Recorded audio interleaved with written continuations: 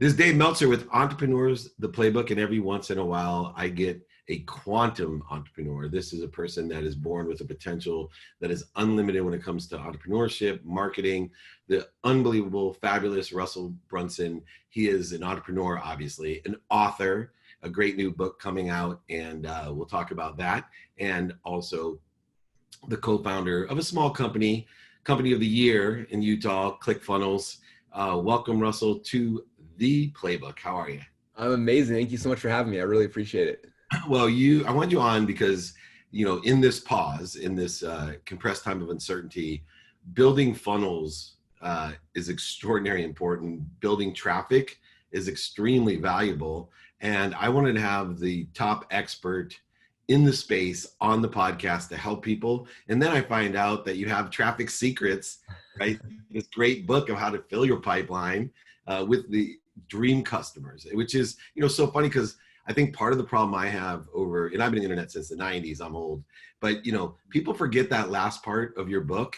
They talk about pipelines and selling leads and doing this, and they forget what good is it if it's not the right customer. The wrong customer, your business, your life can be miserable. Yeah, you're such an expert at it. And I want to start with, I believe everyone has potential at different things. I always joke around that if I wanted to be a professional basketball player, my potential would be like the over 50 league at the rec center. That's my potential. And I'd be proud of myself. But, people like you and I, we were born with a quantum nature. When did your entrepreneurship, marketing skills, sales skills, when did they kind of raise up within your awareness that, hey, maybe I'm born with something that gives me a little bit of an advantage in the space? Yeah, that's an interesting question.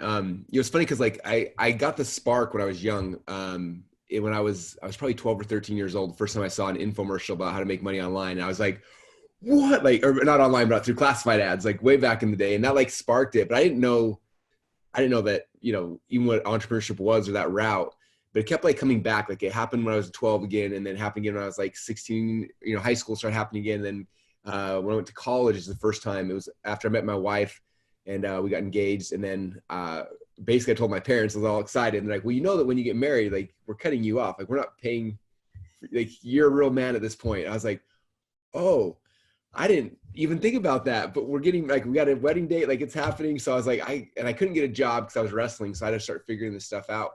And the first probably 18 months, I didn't have any success. I was just trying and racing, trying to figure out how to start a business and how to all the things, how do you create a product and how do you sell it and how do you get there's so many things to learn the first time around. And so I was just trying all this stuff. And then about 18 months in, I had my first thing that sold, and I was like, oh. And I started just loving it and getting so excited. And I don't know if there's ever a moment where I was like, oh, I'm going to be good at this. It was so exciting. And I was just I was obsessed with it. And every day was waking up and looking at a treasure map as I was going around, oh, I learn a thing and I take it back and I apply it to my little business and make a little more money. I'm I don't know. I just became so passionate and loved it so much.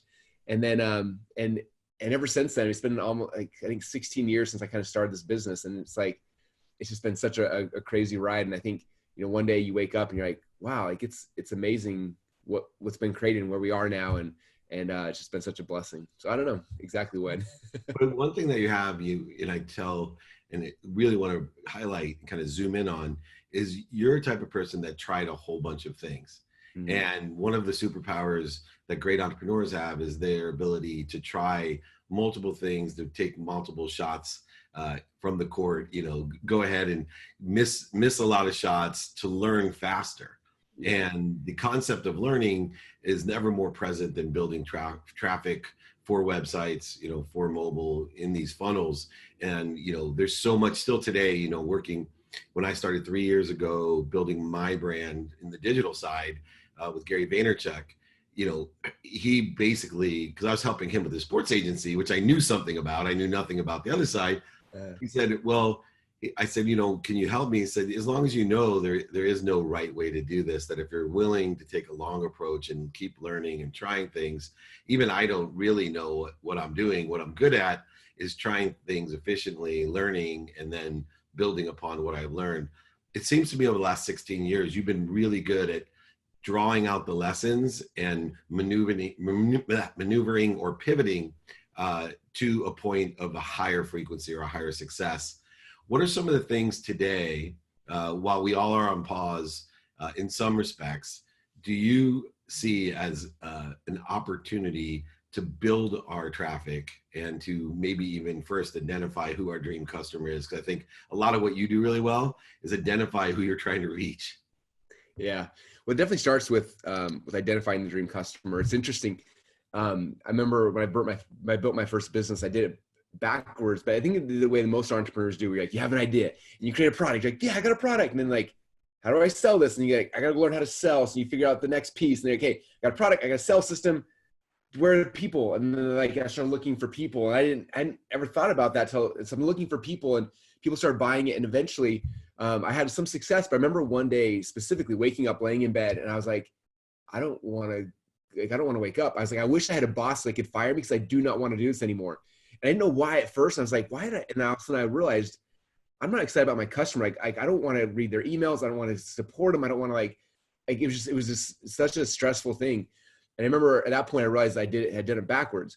And so the next time around, luckily that business, because of like the pain, it ended up kind of crashing, and it was a huge blessing now. And I had this time to reset and think about, okay, like now that I'm here, like who do I want to be when I grow up? I remember the first question I asked this time was like, I was miserable with those customers. Like, who is my dream customer? Like, if I could walk down the street, like that's the person I want to work with. Well, who are they? What do they look like? And how do I really get inside their mindset? And so I spent a lot of time figuring that out and like becoming super clear on it. I talk a lot in the book, some of the exercises I did, some of the things, but it's really understanding like, who do you want to serve? And who's someone you wake up every day, like, this is going to be like the most amazing thing. I can talk to this kind of person. And you figure that out first.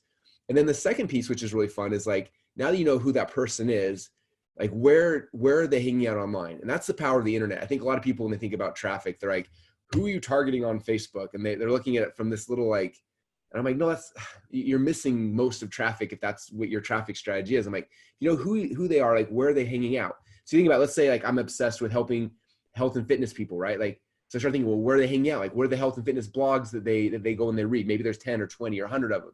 And then what are the health and fitness podcasts they listen to? And then what are the health and fitness Facebook groups they spend time in? And whose email list are they on? And all of a sudden, when I start thinking differently like that, it starts opening up all these pockets of customers all over the internet that aren't just Facebook ads. I mean, Facebook ads are amazing, but it's just one thing, right? And it opens up this whole world of traffic.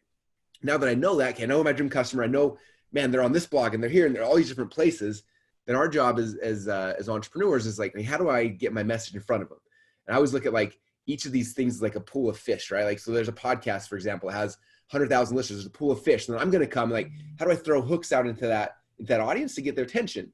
If I can get their attention for just a moment, then I can tell them a story and hopefully build a relationship with them, get some connection. And then at the end of the story, I can make them an offer for something that I want to offer them. And like, that's kind of how I look at traffic. It's different, I think, than most people do. But when you do it this way, you look at through this little bit different lens, it opens up this huge world that wasn't possible when you're just targeting teenagers or, middle school or whatever age group from this age, or whatever the little targeting is that most people look at when they think about traffic. It's so interesting because we've been conditioned to, send out the Val pack into the mailbox and know that, here's the middle income of that neighborhood. And most likely the mother is over, right? And all these different things that have been taught in undergraduate and graduate schools for years and years. And all the marketing people that I grew up with, have taught the exact same thing. And I still find it amazing, the disparate understanding of marketing that exists today, because I really sit in the middle. I was blessed to be in the internet in the early 90s and really understand SEO and some other things as a traditional, lawyer, who's a little bit older. But I still find it amazing that I'm talking to companies that you work with, for example, and they still think it's a matter of, hey, just buy me the list and I'll email them. Like it's a Val pack, right? And yet you understand that it is, you use the fishing analogy, I use a giant magnet, right? My thing is, okay, there's 4.2 billion people or so and growing every day, and they exist in all these different platforms, in all these different neighborhoods, in all these different communities. And I want to have the right magnet that has the biggest attraction to build, not to sell them, but to build the relationship, so that then they understand what capabilities I have that are synergistic or supplementary to them. And then they act like, even more than selling, that I am overloaded from learning from people like you, people just asking me, right? Hey, do you do this? And I have built, different parts of my business just because I built a community, and then the majority of the people ask me, hey, do you do this? In fact, I have one of the leading coaching business. I didn't even know what business coaching was when I started. I had looked up a guy that I knew, Marshall Goldsmith, and then became a top Marshall Goldsmith coach. But it didn't even make sense to me that people would do executive coaching. I was in the sports world. So those relationships, though, what are some of the secrets? And since your book is, obviously Traffic Secrets, I think one of the biggest hidden secret is how do we get that emotional attachment to relationship? People buy on emotion for logical reasons. And so it's one thing to find, and pragmatically, you're very good at it, finding the pool with the fish in it. But you do need an emotional hook that will build a relationship. Are there any traffic secrets about those hooks? Yes. In fact, secret number 4 in the book, there's 20 in the book. So secret number 4, it's called Hook Story Offer. And it's interesting because when I think about my customers, right? Like most of us, especially now that a lot of us are in quarantine or whatever, I got pictures of them sitting on their phone on a couch, whatever, and they're on Facebook and they're scrolling through their feed, or they're on Instagram or whatever their platform of choice. And they're just sitting there just like bored out of their mind, looking for something to grab their attention. And so our job as marketers is to like put ourselves in their spot and like, okay, they're just sitting here like scrolling bored out of their mind. I got to do something that grabs their attention just for a moment. And so it could be a lot of different things. Like the hook is, people always like, well, was the hook the headline? I'm like, it could be. Like, well, was the hook the picture? Like, it could be. Like, the hook is everything in our capabilities to grab their attention. So like, again, headline, hook, it could be the background of your thing. It could be the fact that I have a fireplace on in the background. Like whatever it is I'm doing to say, stop for a second. Like, what was that? In fact, one of our highest converting ads of all time. It's so ridiculous. We spend, sometimes we'll spend $100,000 getting an ad created and it like flops. We were in Amsterdam, got done speaking at some event, and we're walking down the street, and inside the hotel lobby, there was this big green rhino. And my buddy who runs our ads, like, hold on, come in. He pulled me inside, and he's like, had in his backpack one of my books. They hold this book in front of the green rhino and just tell people to buy the book. And so I'm like, hey, this is Russell. This is a big green rhino. And like, we just found it. And like, this book is really good. And you should, and like, it was the worst ad ever. So embarrassed. That thing has sold more books in the last 3 years than any ad we have ever created, because it got people like, they're scrolling, like, why is Russell standing next to a green rhino? And then so I grab their attention. And then after I have their attention, I got this little window to tell them a story, which is like, this book's going to help you to blah, blah, blah, whatever. And then go and I make them an offer. But it's like those little things. And so like, for us, we're always trying to figure out like, what's the next thing? Like yesterday, in fact, I was on Instagram and I saw some guy who makes pancake art and does the thing, and he's drawing all stuff and he flips it over and it's like a picture. And I sat there and watched these pancake art for like, I don't know, 45 minutes, like watching, what is he drawing? And so this immediately I emailed him. I was like, hey, dude, how much can I pay you to do a pancake art of each of the covers of my books? Because that ad will crush it. Cause it's like, someone's going to stop. So like, wait, what is this? And then boom, we got it. And then they're going to buy a book. So it's looking like, what are the hooks that you can do that are just unique, that's going to grab someone's attention, just long as you can tell them your story and then make them your offer. And the story is, I look at it as stimulating interest, right? To get that hook, then transitioning interest with the story. And then where I see a lot of people falling down is the offers. What I call them obsequious offers. They get me, they got me hooked. I'm emotionally attached with the story. And then the offer holds such a low energy. It's like the guys that stand in front of cars that they don't own. And like, it's, you like almost say like, this is so exciting. And then it's like, oh shit, this is a scam. Because the offer, right? And they don't, and if they just would have given it, like you said, a straightforward offer of, hey, this is a good book, buy it because you're going to learn something that will make you money. That's like, to me, a very factual. Instead, it's so oversold, manipulative that they turn people off. Are there some secrets there as well on the actual offer? Yeah, one of my favorite scripts, I learned from John Carlton back in the day. It's so simple. It's called Who, What, Why, How. So it's like, who are you? Like, hey, my name is Russell Brunson. What do you have? I've got this free book that's going to be amazing. Da, da, da. Why do they need it? The reason why you need this is da, da, da, da, da, da. And then how can you get it? So click here to go get it. Like, it's so simple, but it's so powerful because it's like, who are you connection, right? What do you have? Like, this is the offer. It's really, really cool. And a lot of people stop there. Here's the offer, buy it. And it's like, well, why do I need it? Let me explain to you why you need it. And it's like, oh, I do need it. That makes a lot of sense. Then here's how you can get it. And you have to actually tell people. It's funny because a lot of people forget the last step and they're like, here's my offer. Like, you have to tell them like, so what that means right now is there's a link. click on the link, or go to a browser and go to www. You know, like you have to tell them exactly what to do, because if you don't, even if they want it, they'll just kind of like, and then they're back to swiping. You just lost them, right? So it's who, what, why, how. Who are you? What do they got? Why do they need it? And then how can they actually get it? It's so simple, but man, it's like the most powerful little script ever. I love that, because even at a higher level, one of the things that I've learned from you, you know, your events are extraordinary. You and I have circled in a lot of the same swimming pools for a long time, is that, you know, I use you as an example of how to ask. You know, people, they lose out 80% of the opportunities without having enough radical humility to ask. You know, as easy as it is to ask to click here or swipe up, you also are really good at, you know, asking of how you can provide value, but also asking how others can help you. And you've done a really nice job over the last decade, as I've watched your career just flourish, you know, asking. And it's so important. In fact, I thought it was funny, I won't use the guy's name, but when I launched my last book, he had the exact same, and, you know, told me Carlson's thing, but he did like even a step farther. He said, look, I haven't read this book, but I know Dave Meltzer. You should buy it because this guy must write really good things. Just click here. And it was the biggest converting video, like, you know, and pretty famous guy. But I was like, oh my God, he just basically told everyone he hasn't even read the book, but they need to buy it. And that was his, like, literally story, but it was credible, and he made the ask. And it worked. And it converted better than, like, you know, there's Alan Alda saying, this is the best book I've ever read. Make sure you buy it, you know. That didn't convert at all. And this guy's like, I haven't read it, but he's a great guy. You got to buy his book. That's amazing. So as we come to the end here, traffic secrets, filling, you know, your pipeline for your websites, and obviously your complete pipeline with these right customers. We're in a different time, and coming out the other side, I believe it's going to be more important than ever to drive traffic and to have a pipeline, the right pipeline. Anybody can have a pipeline. I mean, people can buy followers, they can do brand. And I mean, I see all kinds of cheesy stuff up there, you know, giving away free gift. I'm like, why would you want that guy following you? All he's going to do is bother you. I want to use my time to help people that need help.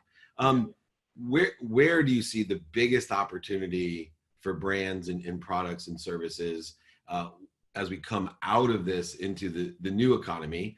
Where do you see the biggest opportunity? It was interesting because, like, I was telling someone, my wife, this story earlier today. Like, one of our buddies opened a waffle store the day that, like, the whole president's like, go home and lock your doors. And he opened the doors and no one's there. And it was interesting because it's like, you think about traditional business, right?